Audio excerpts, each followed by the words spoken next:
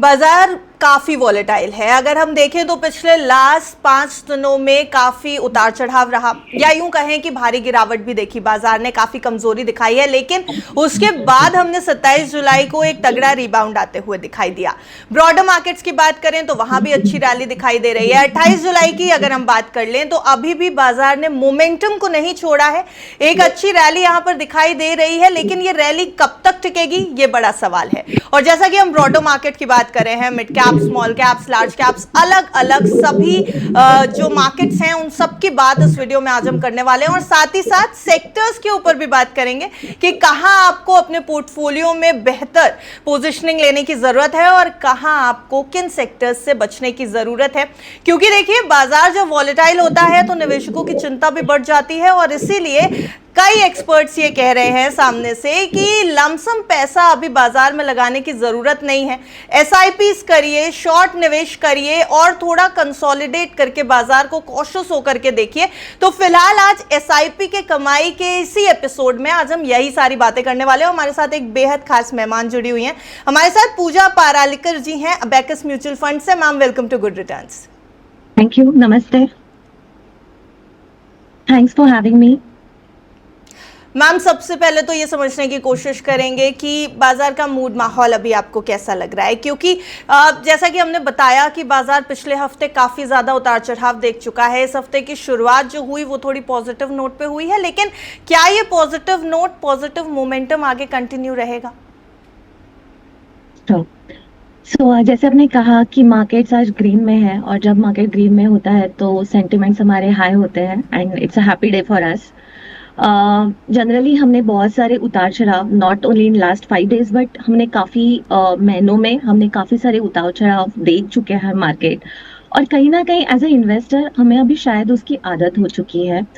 पहले हम जैसे न्यूज़ पे बहुत ज़्यादा डिपेंडेंसी थी कि कोई भी न्यूज़ आ जाती थी, मार्केट अचानक से गिर जाता था या ऊपर चला जाता था। अब कहीं कहीं वो शिफ्ट होते हुए दिख रहा है कि जहाँ पे बेसिकली कंपनीज के परफॉर्मेंस के ऊपर ज़्यादा ध्यान दिया जा रहा है। और एक पॉजिटिव चीज़ ये है कि जैसे हमारा अर्निंग सीजन स्टार्ट हो चुका है और हम एक्चुअली अर्निंग्स देख रहे हैं, तो काफ़ी सारी कंपनीज ने डबल डिजिट अर्निंग ग्रोथ दिखाया हुआ है। जो लास्ट अगर हम क्राइसिस देखें, जैसे वेस्ट एशिया क्राइसिस हमारा जो रिसेंटली हुआ था, जहाँ पे इनफैक्ट हमारे फंडामेंटल्स के ज़्यादा कोई इश्यूज नहीं थे, बट हमारी जो क्रूड ऑयल डिपेंडेंसी है, because we are the third largest crude importers and consumers भी हम जो रह चुके हैं, उसकी वजह से डेफिनेटली जब ऐसे सिचुएशंस आती है तो प्राइसेस बहुत हाई हो जाते हैं एंड कहीं ना कहीं आपको इन्फ्लेशन का डर लगता है।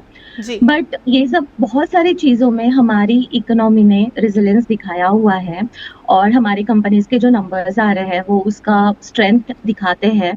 बट यहाँ पे एक चीज जो मैं बताना चाहूंगी कि ये जो नंबर्स है वो काफी सिलेक्टिव होते हैं। आई मीन, जैसे आपने कहा large cap, mid cap, small caps, but ये कंपनी स्पेसिफिक होता है। और कहीं ना कहीं अब हमारा मार्केट भी ये सब समझ चुका है एंड अभी हम कहीं ना कहीं वो मोमेंटम जो पहले जैसे फॉलो करते थे उससे थोड़ा सा हटके हम एक मार्केट की तरफ और कंपनीज के परफॉर्मेंस की तरफ देखते हैं। जब मैं अर्निंग्स कह रही हूँ तो सिर्फ अर्निंग्स ही नहीं होते हैं, तो अर्निंग्स की स्केलेबिलिटी होती है, कंपनी के ग्रोथ प्लान होते हैं, उनका लॉन्ग रन रनवे होता है, ऐसे बहुत सारी चीजें होती हैं और जो अक्रॉस वेरियस सेक्टर्स होते हैं।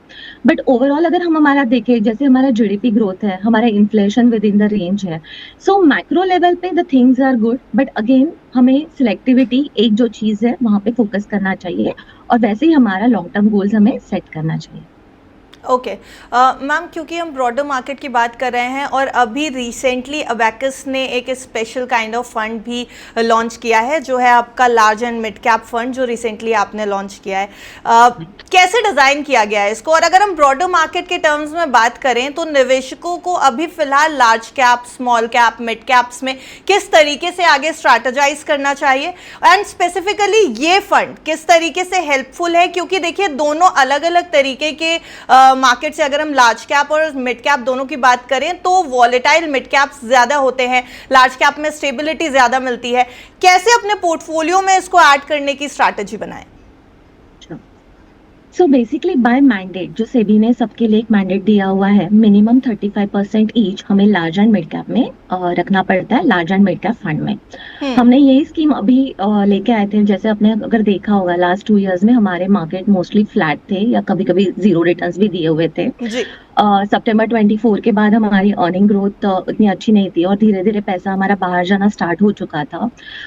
इंडियन इकोनॉमी में एक लैक ऑफ क्लैरिटी हो गई थी और जहाँ पे एआई, सेमीकंडक्टर और ये सब थीम्स जो थी वो चल पड़ी थी। तो बेसिकली जब ऐसे फॉरेन मनी नॉर्मली चेज करता है अर्निंग्स एंड ग्रोथ, तो हमारा हम्म। पैसा हमारे यहाँ से निकल चुका था धीरे धीरे। एंड ऐसे टाइम पे अगर देखें तो हमारा मार्केट काफी फ्लैट चल रहा था। बट जो रिसेंटली कंपनीज के लास्ट फ्यू क्वार्टर्स जो रिजल्ट्स आ रहे हैं, तो हमने काफी अच्छा डेमोन्स्ट्रेशन दिखाया हुआ है अर्निंग्स के ऊपर। लेकिन अगर मार्केट में हम चेक करें तो हमारा प्राइस अप्रिसिएशन उतना नहीं हुआ है, उतना हम्म। मार्केट ने परफॉर्म नहीं किया हुआ है। जनरली आपकी अर्निंग्स बहुत अच्छी रहती है और मैक्रो फैक्टर्स अगर आपके सपोर्टिव रहते हैं तो कहीं ना कहीं वो प्राइजेस में रिफ्लेक्ट होता है। ये सब फैक्टर्स जब हम कंसिडर करते हैं तो हमें लगता है कि this is a right time, because हमारे जो फंडामेंटल्स है वो स्ट्रॉन्ग है। अर्निंग ग्रोथ बहुत स्ट्रॉन्ग लग रही है और ऑब्वियसली सिलेक्टिव है। बट हमें ऐसा लग रहा है कि एफपीआई का जो मनी है वो वापस इंडिया वापस आ सकता है, और जब ये आता है तो मोस्टली जो बेनिफिट होता है वो लार्ज कैप्स होते हैं। तो हमारा फोकस लार्ज कैप की तरफ है। बट हमारे as a fund house Abakkus में हम ग्रोथ, खुद को ग्रोथ ओरिएंटेड फंड हाउस कहते हैं। बट जब मैं खुद कह रही हूँ कि हम ग्रोथ ओरिएंटेड है, बट हमारे ध्यान वैल्यूएशंस की तरफ भी रहती है। मतलब कोई भी कंपनी अच्छी हो बट वो अच्छा स्टॉक नहीं हो सकती। तो कहीं ना कहीं अगर आप किसी को अच्छी कंपनी को बाय कर रहे हो तो आपको उसके वैल्यूएशंस पे भी ध्यान देना पड़ता है। मिड कैप आज जैसे आपने कहा कि yes it is volatile compare to large caps, but उसका जो ग्रोथ पोटेंशियल होता है वो काफी हाई होता है लार्ज कैप से। सो ऑटोमेटिकली जो पोटेंशियल रिस्क जनरेशन अपॉर्चुनिटीज रहती है वो मिड कैप में बहुत ज्यादा रहती है। ये दो फैक्टर्स कंसिडर करके हमने लार्ज एंड मिड कैप उन इन्वेस्टर्स के लिए हम लेके आ रहे हैं। हम्म। बेसिकली बहुत सारे इन्वेस्टर्स ऐसे होते हैं जिनको ग्रोथ चाहिए होती है, लेकिन मार्केट में कोई न्यूज आ जाती है तो उनको थोड़ा सा डर भी लगता है, तो उनको एक स्टेबिलिटी भी उनके पोर्टफोलियो में बेसिकली चाहिए होते हैं। May be the first time investors और मे बी जो सीनियर सिटीजन्स है उनके लिए भी ये फंड एक अच्छा ऑप्शन हो सकता है। इसमें बेसिकली हम 35% लार्ज एंड मिड कैप में बाय मैंडेट इन्वेस्ट करेंगे। बट हमारे जो बाकी 30% होता है वहां पे हम ध्यान दे रहे हैं कि वो हम ग्रोथ अपॉर्चुनिटीज में इन्वेस्ट करें।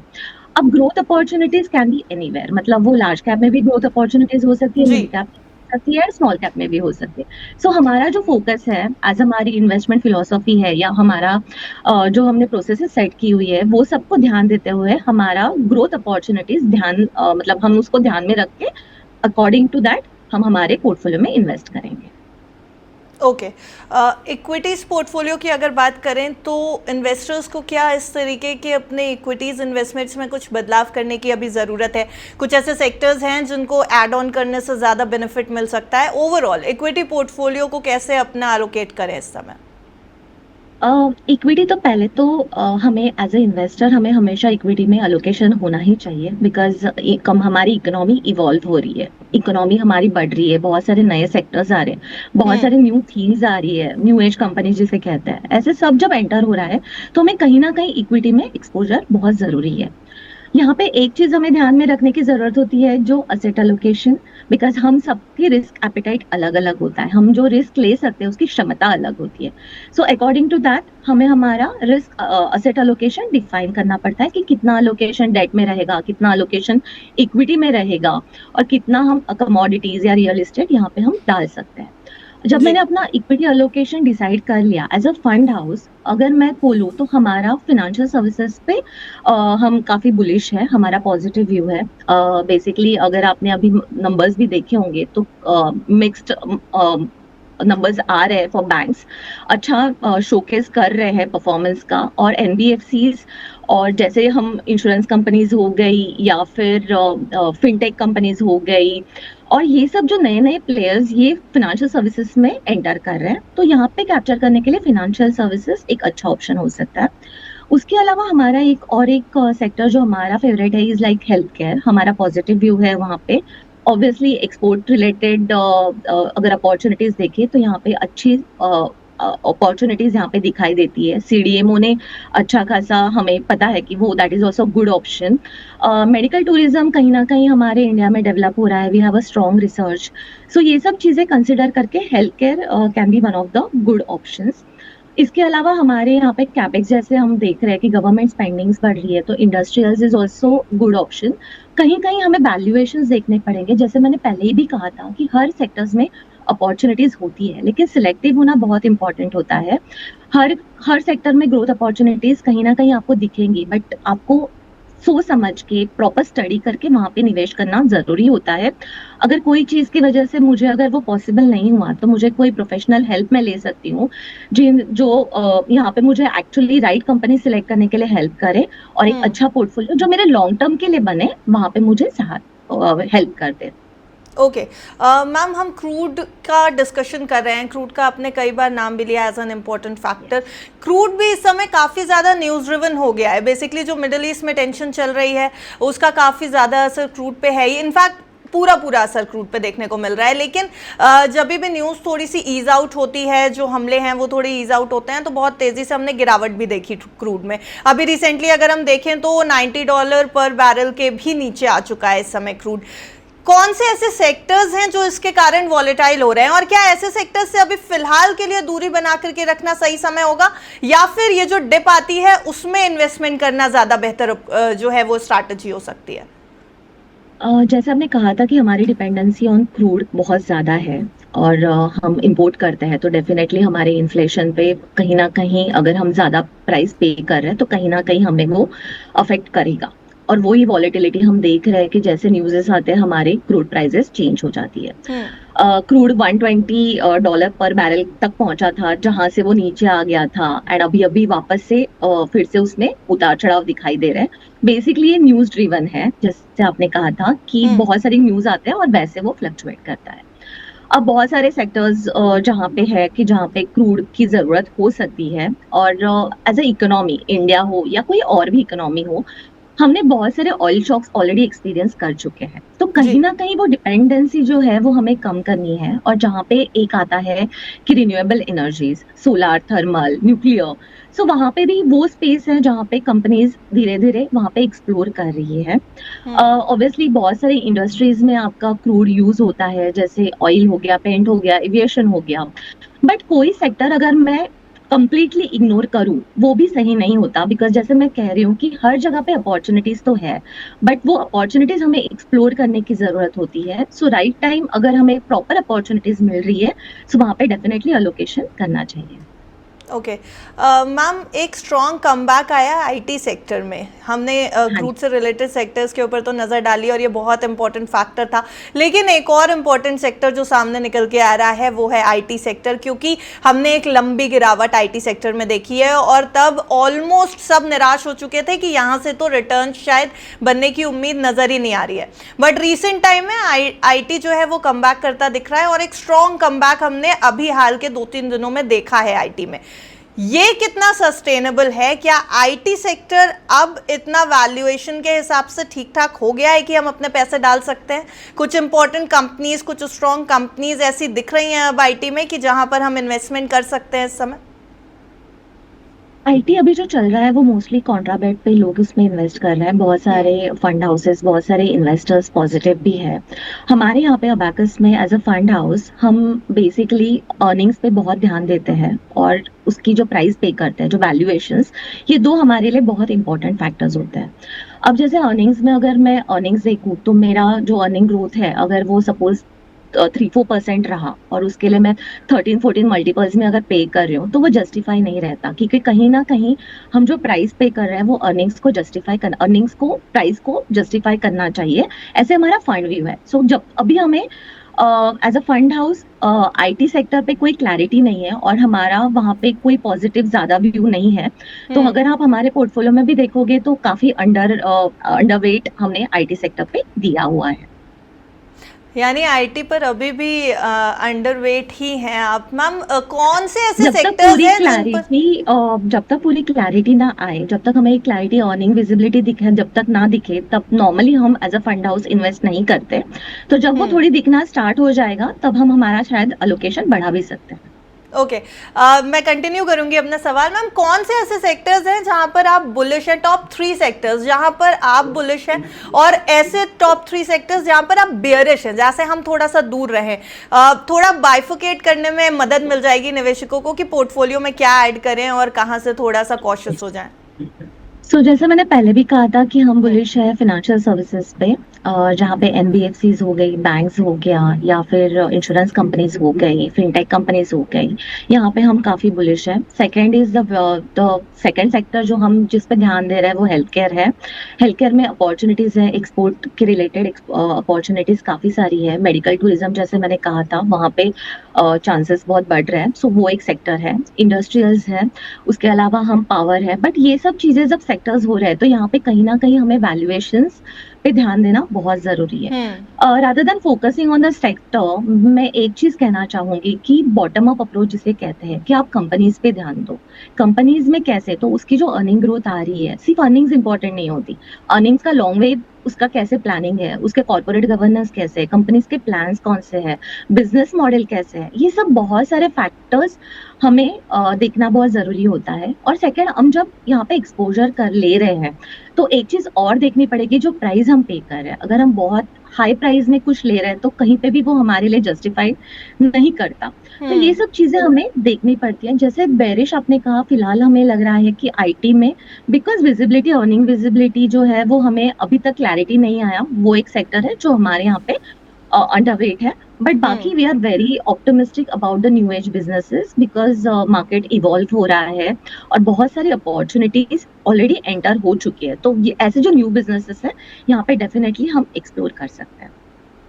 ओके मैम, काफ़ी ज़्यादा नए तरीके की इन्वेस्टमेंट जिस समय हमें देखने को मिल रही हैं, एक्चुअली नए सेक्टर्स उभर करके सामने आए हैं रीसेंट टाइम्स में, जिनमें एक तो हम कहें कि एआई और डेटा सेंटर से जुड़ी कंपनीज हैं जिनमें काफ़ी ज़्यादा निवेश कर रहे हैं इस समय लोग। और सेमीकंडक्टर्स भी एक ऐसा प्लेस है, एक ऐसा स्पॉट बन गया है जो कि निवेशकों की रडार पर, अब ऑलमोस्ट हर निवेशक की रडार पर है। लेकिन हमने रीसेंट टाइम्स में ये भी देखा है कि सेमीकंडक्टर और एआई से जुड़ी कंपनीज के स्टॉक्स में काफी ज्यादा क्रैश भी आया है, काफी ज्यादा गिरावट भी देखी गई है अगर हम ग्लोबल टर्म्स में मार्केट को देखें। और हाल ही में अगर इंडियन मार्केट में देखें तो न्यूक्लियर पावर के ऊपर भी काफी ज्यादा प्रेशर दिया जा रहा है गवर्नमेंट की तरफ से। काफी नए नए प्रोजेक्ट्स स्टार्ट किए जा रहे हैं, नए तरीके के इन्वेस्टमेंट्स किए जा रहे हैं। अगर ओवरऑल पोर्टफोलियो में ऐड करना हो तो nuclear power, AI and data centres या फिर सेमीकंडक्टर, बेहतर अपॉर्चुनिटी कहाँ मिल रही है? एक्चुअली ये अच्छी थीम है। जैसे मैंने कहा था कि जो फॉरेन मनी हमारी निकल गई थी, बिकॉज बेसिकली इन्वेस्टर्स को उनका एआई, सेमीकंडक्टर, चिप्स, यहाँ पे अपना शेयर चाहिए था और हमारा प्रेजेंस वहाँ पे काफी कम था। ऑब्वियसली यहाँ पे अपॉर्चुनिटीज है। हमने देखा कि बहुत सारी इमर्जिंग कंट्रीज जो यहाँ पे अच्छा कर सकती थी, वहाँ पे वो जो फ्लो था वो डाइवर्ट हो चुका था। उन्होंने अच्छा डेमोन्स्ट्रेशन किया हुआ है परफॉर्मेंस का। बट वहाँ पे कैसे होता है कि यहाँ पे बहुत सारी इन्वेस्टमेंट्स की रिक्वायरमेंट होती है, तो कहीं ना कहीं जो अर्निंग्स होती है वो जो इन्वेस्टमेंट हो रही है उसको जस्टिफाई करने की जरूरत होती है। अब हमारे इंडिया के लिए बात करें तो यस, हमारे यहाँ पे डेटा सेंटर एक अच्छी अपॉर्चुनिटीज हो सकती है। जैसे पावर यूटिलिटीज हो गई, डेटा सेंटर्स हो गया, केबल्स एंड वायर्स हो गया, कूलिंग एंड इलेक्ट्रिकल इक्विपमेंट्स हो गए, ये सब डेटा सेंटर्स में हमारे लिए अच्छी अपॉर्चुनिटीज हो सकती है। सेमीकंडक्टर एक होता है कि ये basically gestation period is very long, तो यहाँ पे अभी तक जैसे बहुत सारी अपॉर्चुनिटीज आ सकती है, बट उसके लिए आपको टाइम देना बहुत जरूरी है। वाटर ट्रीटमेंट्स होते हैं, वाटर सॉल्यूशंस होते हैं जो डेटा सेंटर के लिए लग सकते हैं, वहाँ पे भी अपॉर्चुनिटीज आ सकती है। एक चीज हमें याद रखनी पड़ेगी, जब हम ये थीम्स प्ले कर रहे हैं तो यहाँ पे हम ऐसे नहीं कि हम शॉर्ट टर्म के लिए हमारा स्टैंड ले या हम इन्वेस्ट करें, ये सब लॉन्ग टर्म के लिए होता है। So basically equity itself long term investment option ही होता है। तो मैं अगर सोचूं कि मैंने आज इन्वेस्ट किया और कल मुझे उसका मुनाफा होगा, तो वो पॉसिबल नहीं है। तो लॉन्ग टर्म व्यू लेके आप इन थीम्स को डेफिनेटली एक्सप्लोर कर सकते हो। But again business model is very important. Companies के प्लान्स क्या है, वहाँ पे कितनी इन्वेस्टमेंट हो चुकी है, उनकी स्केलेबिलिटी कितनी है, उनकी मैनेजमेंट कैसी है, बहुत सारे फैक्टर्स आपको यहाँ पे देखना बहुत जरूरी है। ओके। मैम, हमने न्यू एज सेक्टर्स के बारे में तो बात कर ली, लेकिन थोड़ा ट्रेडिशनल सेक्टर्स भी जो इम्पोर्टेंट हैं उनके ऊपर भी डिस्कस करते हैं। डिफेंस और रियलिटी, दो ऐसे सेक्टर्स जहां पर तेज़ी से इन्वेस्टमेंट हुआ भी है, हमने बहुत बेहतरीन रिटर्न्स भी देखे हैं, लेकिन हमने इन दोनों सेक्टर्स को काफ़ी प्रेशर में देखा है अगर हम हाल के कुछ महीनों की बात करें तो। हालांकि डिफेंस सेक्टर में जब से ये मिडिल ईस्ट वॉर शुरू हुई है काफ़ी ज़्यादा तेज़ी भी देखी जा रही है, और अगर इंडियन डिफेंस सेक्टर को देखें तो ऑर्डर बुक मजबूत दिखाई दे रही है कंपनीज की, एग्जीक्यूशन भी बेहतर दिखाई दे रहा है, तो फिलहाल डिफेंस सेक्टर में मजबूती भी वापस लौटती दिखाई दे रही है। लेकिन क्या ये सस्टेनेबल मजबूती है? क्या इस तरीके के सेक्टर्स में इन्वेस्ट करना अभी के समय में सही होगा, स्पेशली डिफेंस एंड रियलिटी, और दोनों का कंपैरिजन करें तो बेहतर कौन सा? डिफेंस में हमने देख लिया है कि काफ़ी रैली देख ली हमने, अच्छा परफॉर्मेंस देख लिया, बट वहाँ पे दो चीज़ें बहुत इंपॉर्टेंट होती है, एक ऑर्डर बुक और एक होता है एग्जीक्यूशन। ऑर्डर बुक आपका बहुत स्ट्रांग है, लेकिन अगर एग्जीक्यूशन में हमें कोई चैलेंजेस दिख रहे हैं तो डेफिनेटली वहाँ पे हमें थोड़े इश्यूज या चैलेंजेस फेस करना पॉसिबल होता है। अगर मैं कह रही हूँ कि basically execution is a challenge, तो वहाँ पे रेवेन्यू कन्वर्जन होता है, मार्जिन सस्टेनेबिलिटी होती है, ऐसे बहुत सारे फैक्टर्स वहाँ पे हमें देखना होता है। सेकेंड चीज होती है जहाँ पे वैल्यूएशंस, तो हमें बेसिकली वैल्यूएशन कंपनी का चेक करके ही एक्सपोजर लेना चाहिए। सो पूरा एज अ सेक्टर ना देख के वहाँ पे जितनी अपॉर्चुनिटीज है वहाँ पे इंडिविजुअली उसे एक्सप्लोर करना अकॉर्डिंग टू मी वो एक अच्छा ऑप्शन बनेगा। रियलिटी, यस, 3 साल में रियलिटी में काफी हमने अच्छे रिटर्न्स देख चुके हैं, बट अभी अगर हम रिसेंटली देखें तो प्री सेल्स थोड़ा लो हो रहा है बेसिकली, बट हाई डिमांड है जो अल्ट्रा प्रीमियम सेगमेंट आ रही है वहां पे। वहाँ पे basically reality according to me, जैसे हम देख रहे हैं कि गवर्नमेंट स्पेंडिंग हो रही है, जैसे मेट्रो सिटीज डेवलप हो रही है या फिर अर्बनाइजेशन हो रहा है, यहाँ पे बहुत सारी चीजों की वजह से कहीं ना कहीं ये सेक्टर अट्रैक्टिव तो लगेगा। और जैसे हम आजकल देखते हैं कि जैसे warehouse, data centres, hospital के लिए इंफ्रास्ट्रक्चर, ये सब पार्ट रियलिटी का ही होता है। कहीं ना कहीं स्टूडेंट हाउसिंग हो गया या को लिविंग हो गया, सो ये सब न्यू थीम्स है। सो पहले रियलिटी को देखते थे कि सिक्लिकल रिवाइवल करके सेक्टर देखा जाता था, बट कहीं ना कहीं वो स्ट्रक्चरल थीम में कन्वर्ट होता हुआ दिखाई दे रहा है। बट जब मैं कोई थीम के बारे में बोलती हूँ तो फर्स्ट थिंग मुझे देखना पड़ेगा कि मेरा लॉन्ग टर्म व्यू कितना है, मैं कितने सालों के लिए इस इन्वेस्टमेंट को होल्ड कर सकती हूँ विदाउट गेटिंग डिस्टर्ब जो मार्केट नॉइजेस है या कोई न्यूज है वहां से। और सेकेंड थिंग जो बहुत इंपॉर्टेंट है वो फंडामेंटल्स। आप कोई भी कंपनी में इन्वेस्ट करो रादर देन कोई न्यूज से डिसीजन लेने से बेटर, इट्स ऑलवेज बेटर कि वहां पे कंपनीज की फंडामेंटल चेक करके आप वहां पे निवेश करें। ओके मैम, एक लास्ट क्वेश्चन। स्ट्रैटेजी बनाने की जब बात आती है तो थोड़ा इस समय कन्फ्यूजन है, क्योंकि मार्केट काफ़ी वॉलेटाइल, काफ़ी कन्फ्यूजिंग है। निवेशक इस समय इसलिए कन्फ्यूज्ड हैं कि जिस सेक्टर में पैसा डाल रहे हैं पता चल रहा है 2 दिन बाद वहाँ पर भारी गिरावट हो जा रही है, और जिस सेक्टर से दूरी बना रहे हैं जैसे कि आईटी, वो तेज़ी से चलने लगता है तो थोड़ा फोमो फैक्टर जो है वो हावी हो जाता है। स्ट्रैटेजाइज कैसे करें, किस तरीके से एलोकेशंस बढ़ाएं, और क्या सिर्फ इक्विटीज में एलोकेशन बढ़ाने की ज़रूरत है या थोड़ा सा और डिफेंसिव हो जाएं और थोड़ा सा कमोडिटीज़ की तरफ भी जाएं? कैसे अभी फिलहाल एसेट एलोकेशन कैसे चेंज करें, रीजिक कैसे करें पोर्टफोलियो को?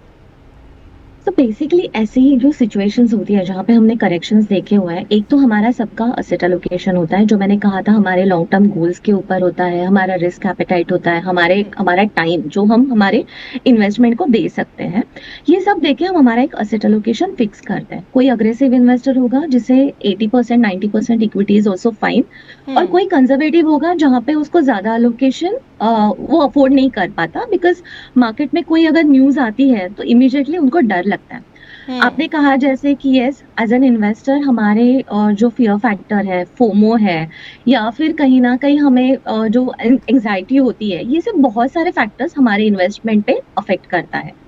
बट मुझे अकॉर्डिंग टू मी अगर मेरा पोर्टफोलियो काफी प्रॉपरली डाइवर्सिफाइड है, अगर मेरा हर सेक्टर में इनफ एक्सपोजर है, तो आई थिंक मुझे डरने की जरूरत नहीं होती। और सेकेंड थिंग, मैं जब एक कंपनी चूज करती हूँ, इट इज ऑलवेज बेटर कि मैं फंडामेंटली ड्रीवन कंपनीज में इन्वेस्टमेंट करूँ जहाँ पे भले मार्केट, बिकॉज हर कंपनी अलग अलग साइकिल्स में जाती है, आई मीन उसमें उतार चढ़ाव इज बहुत इंपॉर्टेंट है। और इक्विटी मार्केट बेसिकली इमीडिएटली वहां से पैसा निकालने के लिए इक्विटी मार्केट होता ही नहीं है। सो अगर मैं कोई व्यू ले रही हूँ तो मुझे कम से कम 5 साल का व्यू लेके ही मेरी इन्वेस्टमेंट्स रखनी पड़ेगी। जो नई थीम्स आ रही है मुझे उसको एक्सप्लोर करना पड़ेगा, वहां पे कितने ऑप्शंस अवेलेबल है वो मुझे चेक करना पड़ेगा, और rather than looking as a sector as a whole, मुझे एक एक कंपनी को इवेलुएट करना पड़ेगा जहां पे मुझे एक्सपोजर लेना है। बहुत इंपॉर्टेंट है मैनेजमेंट के plans, business model, scalability, because कभी कभी हमें शॉर्ट टर्म के लिए वहां पे अच्छा प्रॉफिट दिखता है, लेकिन उनकी कंपनीज के प्लान्स क्या है, उनका एक्सपेंशन प्लान क्या है, वो कैसे सस्टेन कर सकती है, ये सब चीजों पे ध्यान देना is also very important. As an investor हमारा मतलब as a product person what I can say is, जब मैं अलोकेट करती हूँ तो मुझे वहां पे भी डाइवर्सिफिकेशन इज इम्पोर्टेंट। जैसे मेरा थोड़ा अलोकेशन जो फिक्स्ड इनकम सिक्योरिटीज रहती है वहां पे होना बहुत जरूरी है। बेसिकली वो लिक्विडिटी के लिए अगर मुझे इमीडिएटली पैसों की जरूरत पड़ी तो मेरा वो होना चाहिए। Some allocation to commodities, because commodities, but obviously ऐसे भी ना हो कि आप कोई रैली में पार्टिसिपेट कर रहे हो और आप पूरी की पूरी इन्वेस्टमेंट कमोडिटीज में कर रहे हो। So it should play a small portion, it has to be a very small portion of your portfolio. And एक चीज जो बहुत इंपॉर्टेंट है कि अपना रिस्क एपेटाइट पहचानना बहुत जरूरी है और अकॉर्डिंगली जी, इन्वेस्टमेंट करना बहुत जरूरी है। Thank you so much Pooja for joining us today. बहुत सारे thank you so much. Sectors को लेकर के क्लैरिटी मिली है, बहुत सारे large cap, mid cap, small cap के जो सवाल आ रहे हैं हमारे पास व्यूअर्स के, उनको लेकर के भी काफ़ी क्लैरिटी मिली है कि किस तरीके से हमें अपने पोर्टफोलियो को एलोकेट करना चाहिए। तो मुझे लगता है हमारे व्यूअर्स को काफ़ी कुछ अपने पोर्टफोलियो में चेंजेस करने की क्लैरिटी यहाँ पर मिल जाएगी। Thank you so much ma'am. Thank you so much. Thank you.